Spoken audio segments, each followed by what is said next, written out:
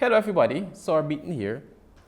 Welcome back to another past paper practice video in which I'll be tackling some multiple choice type questions on the algebra. So let's head straight into the first question. So this question says, 36 men can paint a shopping mall in 25 days. How many days will it take 15 men to paint the mall if they work at the same rate?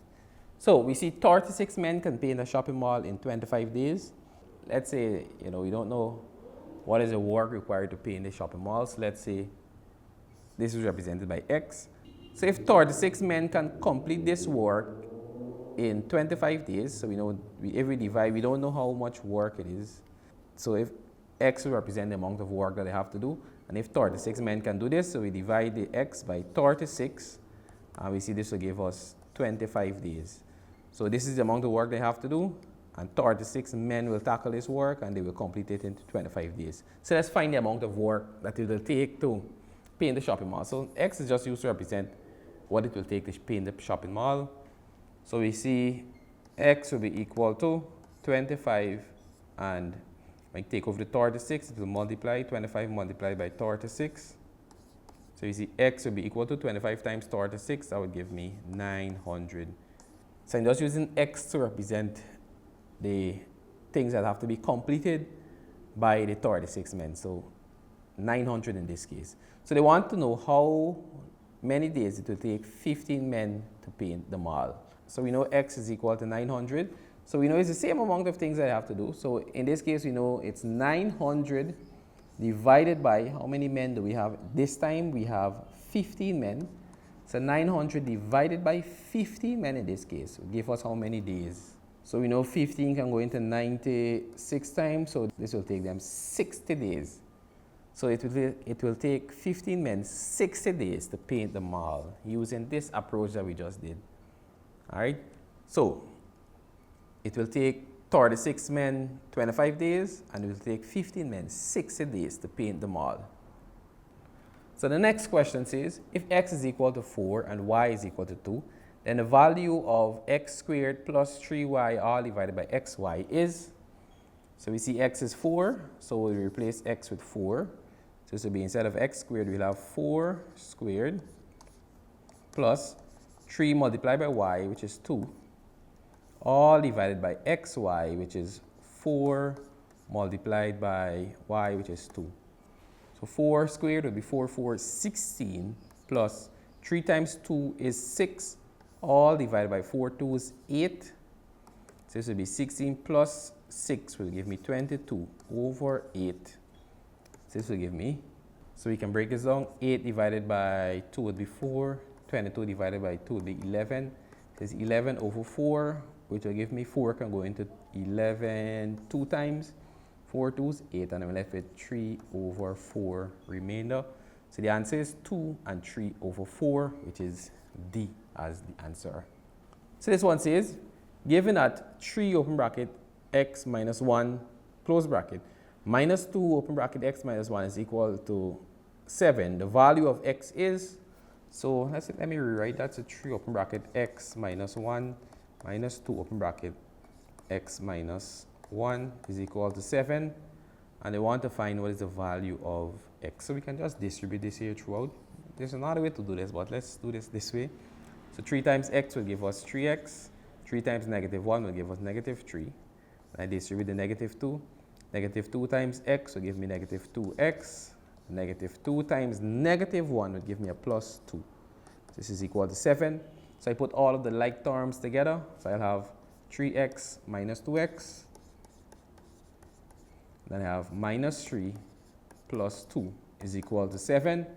So 3x minus 2x would give me x, and negative 3 plus 2 would give me a negative 1 is equal to 7. So hence x will be equal to, this 1 is subtracted, when we take it over to add. So 7 plus 1 would give me 8. So x is equal to 8 as the answer. If I want, I can check my answer. So I know it's 3 multiplied by x minus 1. In this case, x is 8. 8 minus 1 would be 7. Subtract 2 multiplied by x minus 1, which in this case would be 8 minus 1, which would be the same. 7 is equal to 7. So let's see. 3 times 7 is 21. minus 2 times 7 would be 14. So 21 subtract 14 will give me 7 is equal to 7. So indeed our answer is 8. So this one says, the trapezium with height h has an area of x squared cm squared.